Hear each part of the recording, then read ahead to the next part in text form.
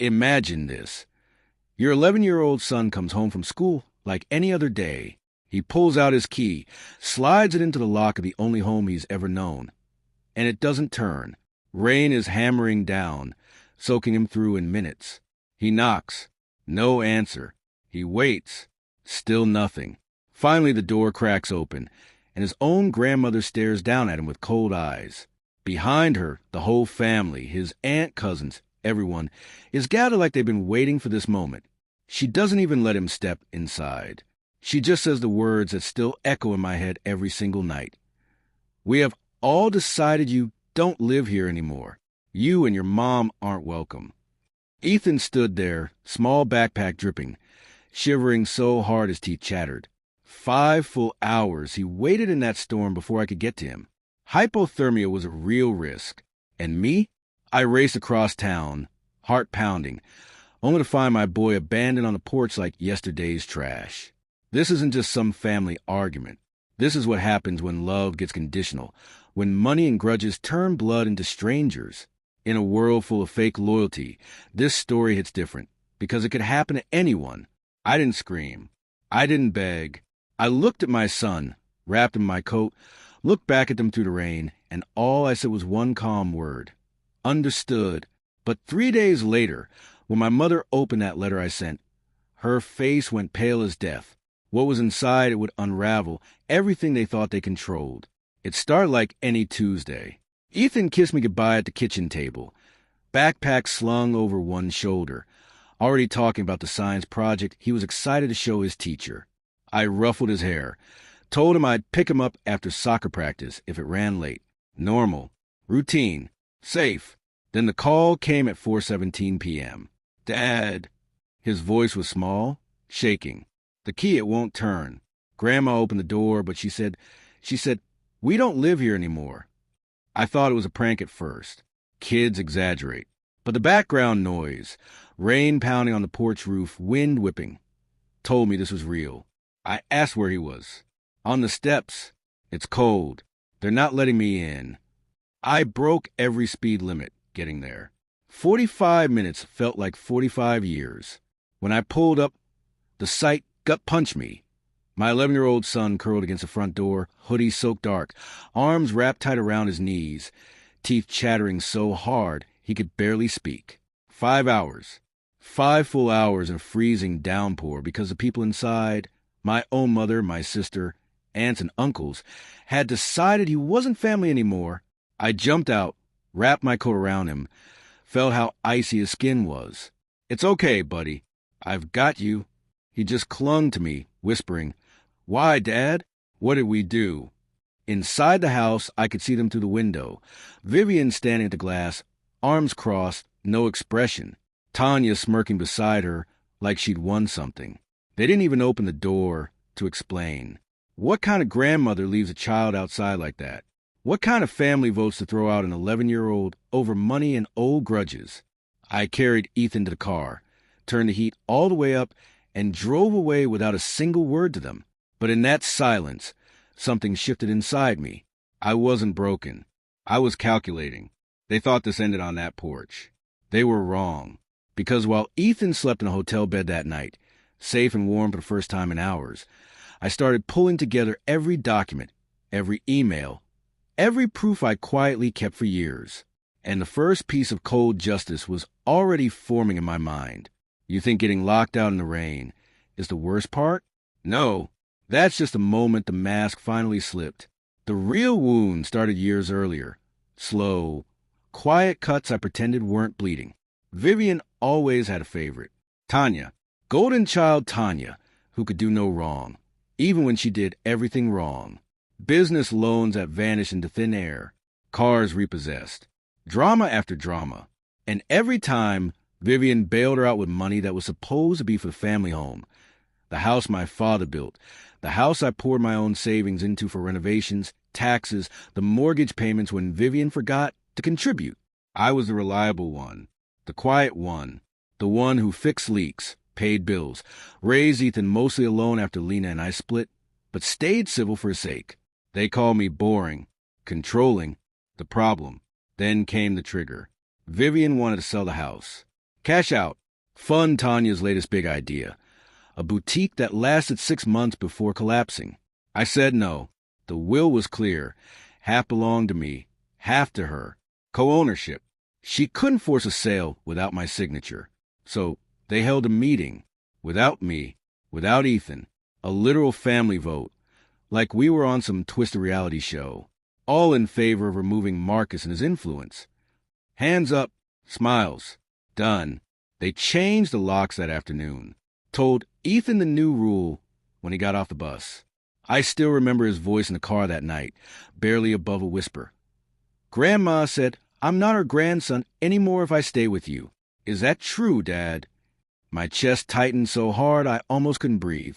What kind of person tells an 11-year-old his blood doesn't count? That question burned. It still burns. But anger isn't loud for me. It's cold, methodical. While Ethan slept, I opened a folder I kept for years. Bank statements, emails where Vivian admitted to terms, texts from Tanya bragging about finally getting what's ours, photos I'd taken of every repair I funded. Evidence, not emotion. Proof. I started drafting the letter at 2 a.m. 1 page. Calm. Lethal. 3 days later, I dropped it in certified mail. Addressed to Vivian. Return receipt requested. She had no idea what was coming. But when that envelope hit her hands, she signed for the letter on a Thursday afternoon. I know because the return receipt came back with her shaky signature. Proof she couldn't ignore it. Picture this. Vivian at the kitchen table, same table where we used to have Sunday dinners, surrounded by the same people who voted us out. Tanya leaning over her shoulder, smirking like it's another win. Vivian slits the envelope open, probably expecting an angry rant or a plea. She starts reading aloud, smug at first, then her voice cracks, then it stops. The letter was 1 page. No screaming, no threat screamed in caps. Just facts. Cold, surgical.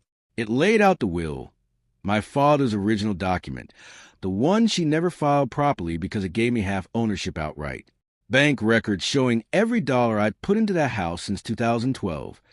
Roof replacement, HVAC, property taxes when she claimed hard times. Emails where she admitted to co-ownership. Texts from Tanya bragging about flipping the house for quick cash once I was gone. And then the part that made her go pale. A polite note that I'd already filed a report with Child Protective Services. Attached were time-stamped photos of Ethan on that porch, rain-soaked, shivering. Taken by a neighbor who saw the whole thing and texted me in horror. A doctor's note from the urgent care visit the next morning documenting mild hypothermia and emotional distress in a minor. Consequences listed calmly. Potential endangerment charges. Civil suit for fraud on the property. Demand for accounting of all funds. And a formal request to buy me out at market value or face forced petition sale. Silence in that kitchen must have been deafening. Vivian looked up. No color left in her face. Tanya tried to laugh it off. He's bluffing, Mom. But Vivian knew better. She knew the documents were real. She knew I'd never bluff about my son. She called me that evening.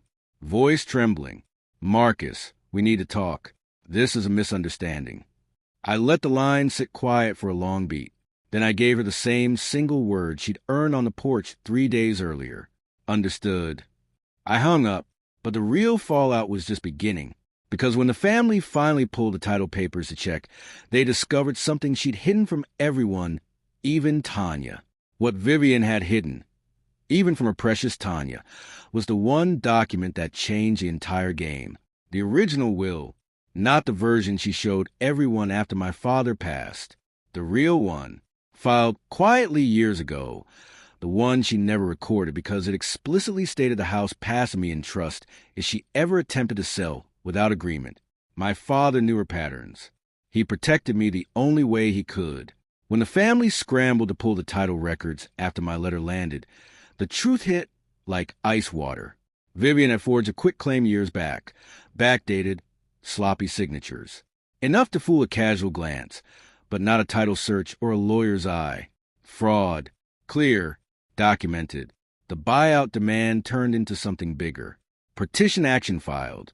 Court date set fast because of the child endangerment angle. No judge wants to drag their feet. when photos of a soaked kid are in the file. Vivian tried everything in those final days. Voicemails begging, texts promising we can fix this as family. Even showed up at the hotel once, eyes red, mascara streaked, claiming she didn't mean it, that Tanya pushed her, that she was scared of losing everything. I met her in the lobby. Ethan stayed upstairs with a movie and room service. I looked at the woman who raised me and said the only thing that felt true. We have all decided you don't live in our lives anymore. She crumpled. No dramatic slap. No shouting match.